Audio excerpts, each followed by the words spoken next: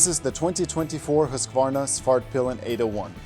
I spent a whole day on tight roads, open corners, smooth pavement and bumpy roads. And here's how it went.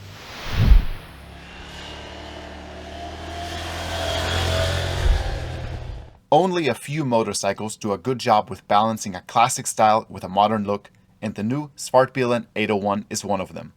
From afar, I wasn't sure what type of material was used for several parts, but once I got up close and personal and ran my hands over them, I realized just about everything was black and powder-coated aluminum.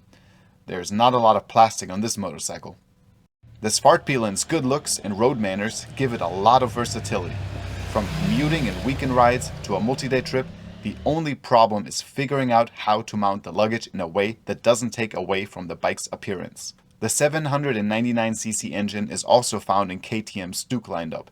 It's a very compact engine weighing just 114 pounds and providing 105 horsepower. With a full tank of fuel, the bike tips the scale at around 440 pounds, providing a wonderful power-to-weight ratio.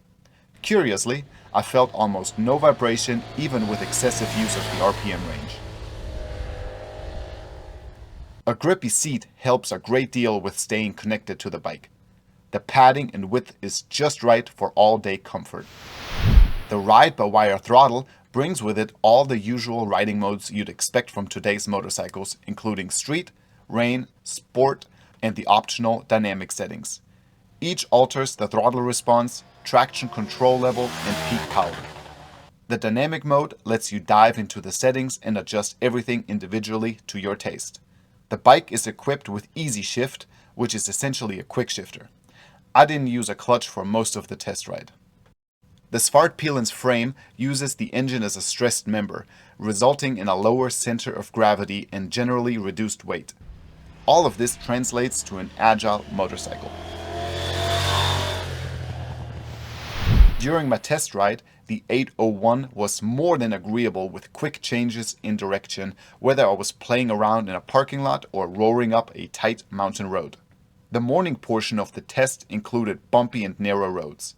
The 801 has WP Apex suspension components, 43mm upside-down fork with 5.5 inches of travel, and a shock with 5.9 inches of travel.